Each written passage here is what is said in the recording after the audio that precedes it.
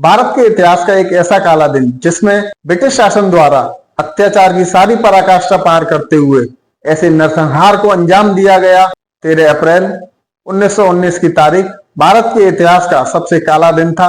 इस दिन अमृतसर के जलियांवाला बाग में हजारों मासूम निहत्थे भारतीयों पर बड़ी ही बेरहमी के साथ गोलियां चलाकर मौत की नींद सुला दिया गया था, जिसे हम जलियांवाला बाग के कांड के नाम से या जलियांवाला बाग नरसंहार के नाम से भी जानते हैं। देश की आजादी की लड़ाई में हजारों भारतीय शहीद हो गए थे, जिसमें हिंदू, मुस्लिम, सिख समेत सभी धर्मों और जातियों के लोग शामिल थे।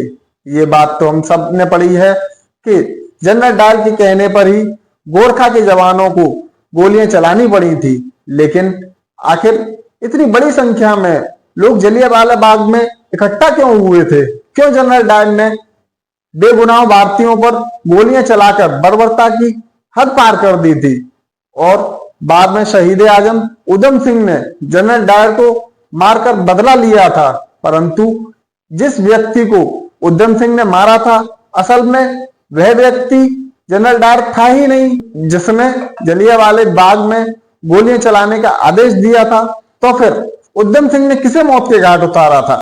जलियांवाला बाग कांड से संबंधित कई और भी ऐसे रहस्य हैं जिसके बारे में देश की जनता अनजान है। तो आज इस वीडियो के माध्यम से जलियांवाला बाग की पूरी घटना हम बताएंगे और इससे जुड़े कई तथ्य और सत्य आपके सामने पेश करेंगे जो आपने नहीं सुने होंगे। क्यों जनरल डायर ने बेगुनाह भारतीयों पर गोलियां चलाकर बर्बरता की हद पार कर दी और बाद में शहीद आजम उधम सिंह ने जनरल डायर को मारकर बदला लिया था, परंतु जिस व्यक्ति को उधम सिंह ने मारा था असल में वह व्यक्ति जनरल डायर था ही नहीं, जिसमें जलियांवाला बाग हत्याकांड में गोलियां चलाने का आदेश दिया था। तो फिर उधम सिंह ने किसे मौत के घाट उतारा था?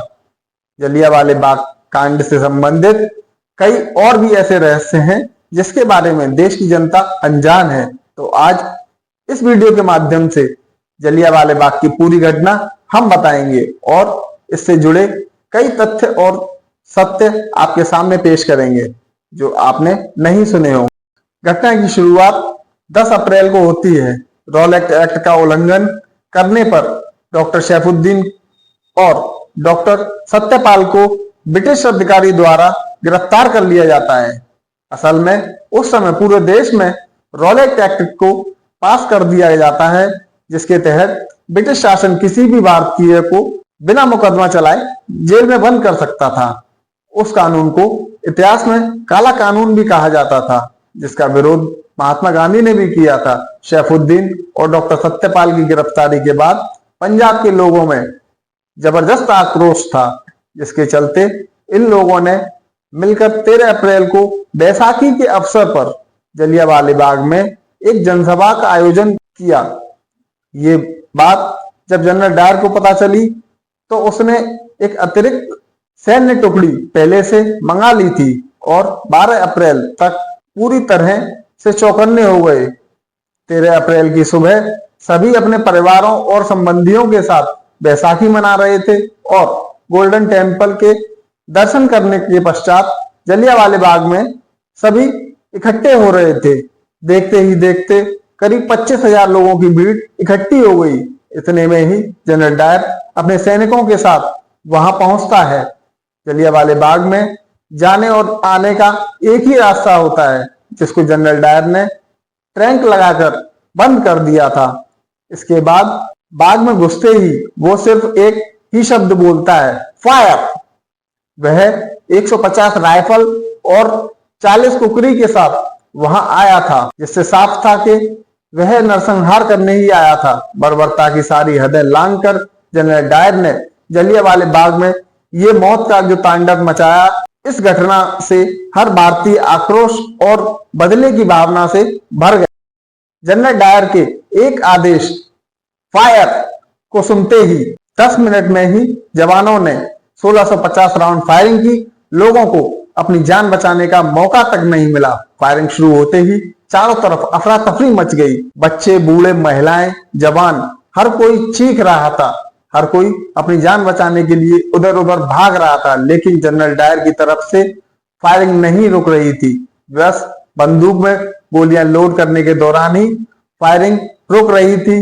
कुछ लोगों ने बाग में मौजूद कुएं में कूदकर अपनी जान बचाने की कोशिश करनी चाहिए और कुछ लोगों ने दीवारों को फांद कर अपनी जान बचाने की कोशिश की। डायर के जवानों ने सभी को गोलियों से भून दिया।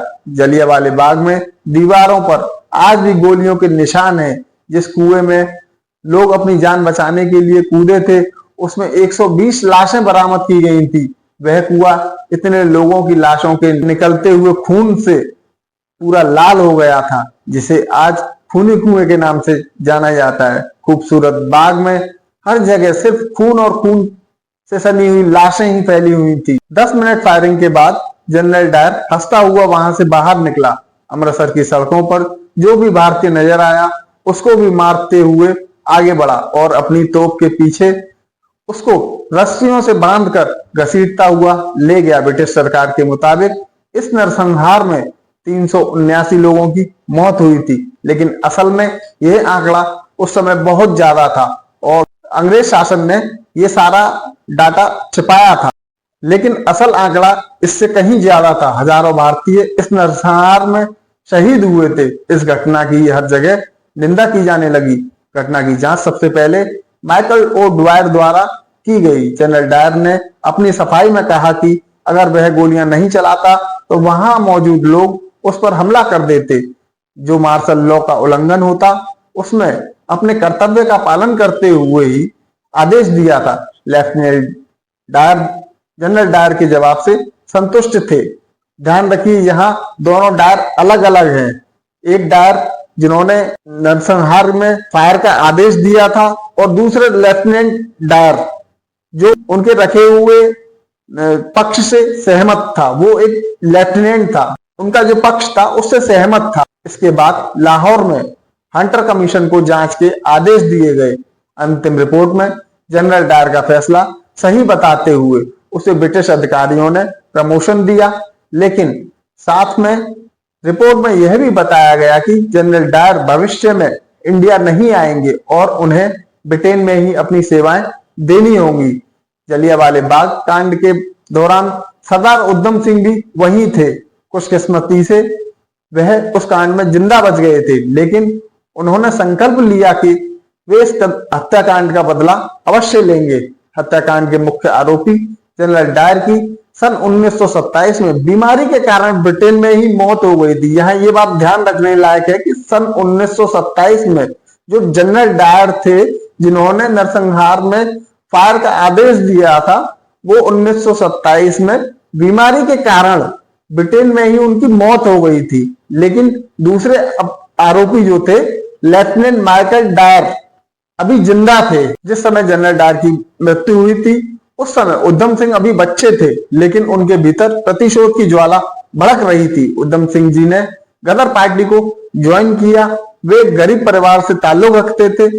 उसके सर से माता पिता का साया भी बहुत जल्द उठ गया था। जब उन्हें पता चला कि माइकल ड्वायर लंदन में है, तो वे लंदन जाने के लिए पैसे जुटाने लगे। उन्होंने बढ़ई का काम सीखा और वे अमेरिका चले गए। अमेरिका के रास्ते वो लंदन पहुंचे। वहां उन्होंने वेटर का काम किया, जिससे वो पिस्तौल खरीद सकें। इस सब में उन्हें 21 साल का वक्त लग गया। सन 1940 में लंदन के ईस्ट इंडिया एसोसिएशन और रॉयल सेंट्रल एशियन सोसाइटी की मीटिंग होनी थी, जिसमें माइकल ओ ड्वायर भी आए हुए थे। उधम सिंह जी ने एक पुस्तक के अंदर पिस्तौल के आकार की कटिंग करके उसमें पिस्तौल को छिपाकर वे वहां मीटिंग में ले गए।